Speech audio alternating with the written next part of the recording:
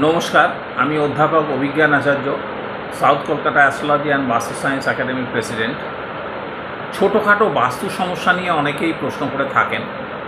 তো এই শ্রাবণ মাসে একটা বাস্তু টোটকা আমি দিচ্ছি, যেটা করলে কিন্তু আপনি বাড়ির ছোটোখাটো বাস্তু সমস্যা আপনার দূরীভূত হবে, জীবনে সুখ শান্তি আসবে, পরিবারের মধ্যে একটা মিলন গড়ে উঠবে এবং পরিবারের সবার সাথে সবার যে মনোমালিন্য ছিল বা আছে সেটা ধীরে ধীরে কেটে যাবে।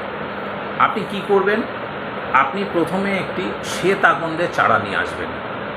চারাটিকে খুব যত্ন সহকারে বাড়ির ঈশান কোণে ওটাকে রোপণ করবেন। ঈশান কোণে লাগিয়ে দেওয়ার পর প্রত্যেক দিন তাকে জল দিয়ে, নিয়মিত সার দিয়ে পরিচর্যা করবেন এবং সোমবার সোমবার ওই গাছের গোড়ায় একটু করে দুধ দেবেন।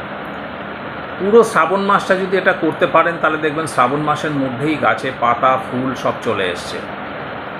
এই আষাঢ়, শ্রাবণ, ভাদ্র, আশ্বিন এই মাসগুলিতে এই গাছগুলিতে প্রচুর শ্বেতাকন্দ ফোটে এবং সেই শ্বেতাকন্দ যে ফুটবে, প্রথম যে আকন্দ ফুলটি ফুটবে সেটা আপনার বাড়ির শিব ঠাকুরকে আপনি অর্পণ করুন। বাড়িতে যদি শিব ঠাকুর না থাকে ওটা নিয়ে গিয়ে নিকটবর্তী কোনো মন্দিরে ওটাকে আপনি অর্পণ করুন এবং আপনার বাড়ির বাস্তুদোষ দূর হচ্ছে এটা চিন্তা করুন।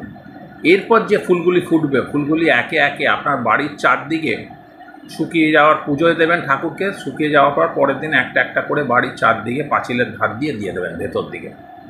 এটা করলে কিন্তু আস্তে আস্তে আপনার যে বাড়ির বাস্তুদোষ, ছোটোখাটো সমস্যা যেগুলি, সেগুলি কমে যাবে, বাড়িতে বাস্তু শান্তি ফিরে আসবে এবং আপনি খুব ভালোভাবে বাস্তুতে বসবাস করতে পারবেন।